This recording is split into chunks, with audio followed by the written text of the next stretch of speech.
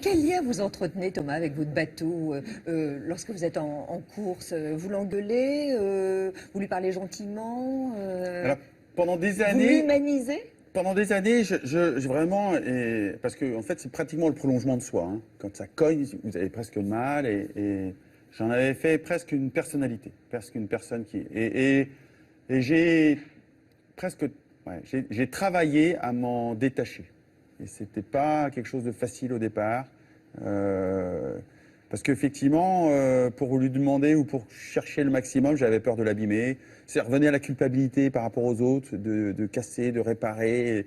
Et il a fallu aussi que je me détache de ça. Par rapport aussi à votre sponsor, Oui, qui bien met de sûr. l'argent, évidemment. Bien sûr, voilà. Est-ce que Et vous parce que ça coûte cher, et donc Bien du coup, sûr. on se dit c'est rare. Et pour autant, au départ, c'est magique un bateau comme mon trimaran, là, parce que c'est quelque chose qui est né de ma tête, d'une sensation. Il faut que j'en parle en vocabulaire. Et de ça, on va en faire des formes, un volume, on va relier ces formes, et je vais, à la fin, quand on va commencer à naviguer, retrouver cette sensation. Donc c'est quasiment artistique. C'est quasiment une musique. C'est quasiment une couleur. C'est quasiment... et l'esthétique d'un trimaran, je trouve ça fantastique. Question triviale, est-ce que vous avez perçu une prime comme les gagnants du Vendée Globe? Non, non, non, non. Ah bon? Non, non, il n'y a même pas de trophée. J'ai eu plus que je n'attendais. Et c'est souvent ce que, d'ailleurs, quand je pars ou quand je me lance dans un défi, je me dis, qu'est-ce que je vais... On essaie de se projeter, qu'est-ce qu'on va y trouver, même dans la sensation qu'on a par rapport à c'est quoi une victoire. Et j'ai pas trouvé exactement tout ce que je voulais, mais bien plus. Vous êtes un chef d'entreprise aussi. Oui, je suis pas salarié d'ailleurs. Je suis entrepreneur avec toute une équipe autour de moi. Avec, Des salariés. Des salariés, ouais. Ils sont combien? Techniciens, ingénieurs, ils sont 10. C'est vrai que vous tentez de, vous qui aimez concurrencer, vous qui êtes dans la compète, carrément Google? Ah ouais, j'aimerais bien un jour que... C'est pharaonique comme Pas du projet. tout, pas du tout, pas du tout. C'est juste une idée différente. Et je pense que Google est en danger. J'espère bien qu'il est en danger. Et si c'est pas moi qui trouve, c'est quelqu'un qui trouvera. 49 jours sur un bateau face à soi-même. Vous avez un suivi médical tout du long?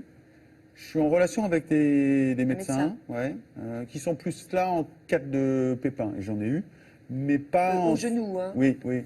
J'ai eu une infection dans le liquide lymphatique du genou droit qui propageait dans tout le mollet, qui a commencé à rentrer dans la cuisse. Donc on souffre. Oui, ouais, là, en fait, j'ai eu peur. J'ai eu peur parce que là, vous maîtrisez plus rien. Vous êtes vraiment dans... c'est marrant parce que de temps en temps, j'arrive à revenir à terre ou à repartir. Le cerveau, pour ça, il est fantastique. J'avais l'impression de vivre ce que vivent finalement tous les gens qui attendent les résultats d'un protocole médical et qui attendent et qui attendent. Et là, on m'avait demandé de prendre des antibiotiques parce que là, j'ai tout ce qu'il faut à bord. Et puis, ça marchait pas. Et j'attendais. Et au bout de 6 jours, ça marchait toujours pas. On en a pris un second et ça a commencé à marcher au bout de 9 jours. Mais 9 jours sur un trimaran autour du monde comme ça, c'est une éternité. Vous avez vraiment... Et là, tout est en jeu. On a commencé à parler de soit que je m'incise moi-même, soit que je me déroute sur l'Australie. Et là, ça prend tout de suite un caractère un peu dramatique. Mais vous faites confiance. Mais Thomas, quel est le rôle des routeurs qui, en fait, eux, sont où? Ils sont sur Terre, évidemment. Ouais. Ils sont où? À Brest, à Paris? Alors, ils étaient à Lorient. À Lorient. Ils habitent à Lorient. Ils me suivent 24/24. Eux, ils font une formidable partie d'échecs à l'aveugle. Ils ont toutes les chiffres du bateau, toutes les 10 secondes. Et en fonction de ça, ils se font le film. Donc, ils ont une imagination folle. Alors, d'abord, parce que c'est des navigants, ils savent naviguer. Et ils ont cette bienveillance incroyable de me proposer finalement un objectif journalier qu'il faut que j'atteigne. Et en fonction de ça, ils s'adaptent à moi. Et puis, il y a une discussion qui se met en place et que je trouve magique. Qui est-ce qui a le dernier mot? C'est vous? C'est toujours moi.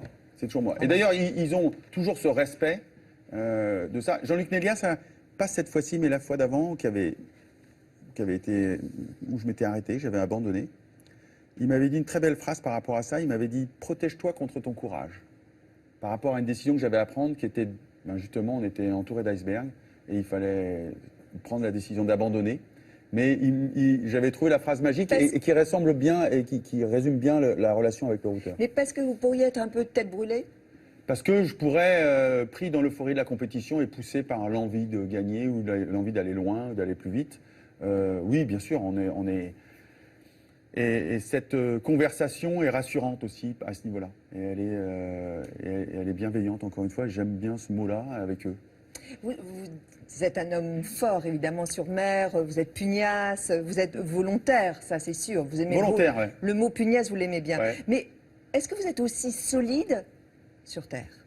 Non, je crois qu'au contraire, et d'ailleurs, je m'en suis pas caché, je crois que je suis quelqu'un d'assez fragile et sensible. Et Vous n'êtes pas un surhomme?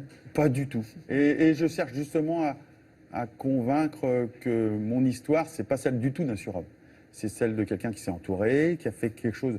C'est un garçon ordinaire qui tente quelque chose d'exceptionnel, mais qui reste ordinaire parce qu'effectivement, il est resté sensible et je revendique ça, à la limite. D'où le propos de votre femme qui dit « J'espère que là, il va arrêter de penser qu'il est une merde. » Ah oui. Ça, c'est quand je vous raconte tout à l'heure, c'est effectivement cette spirale quand vous échouez, quand vous ratez, vous arrivez dans cette nausée, alors pour le coup, qui pourrait être sartrienne, qui a été un auteur qui m'a beaucoup inspiré naguère, mais que j'ai mis un peu de côté pour justement sortir de ça, sortir de cette nausée de moi ou des autres et au contraire de m'ouvrir. Je suis devenu plus camusien aujourd'hui.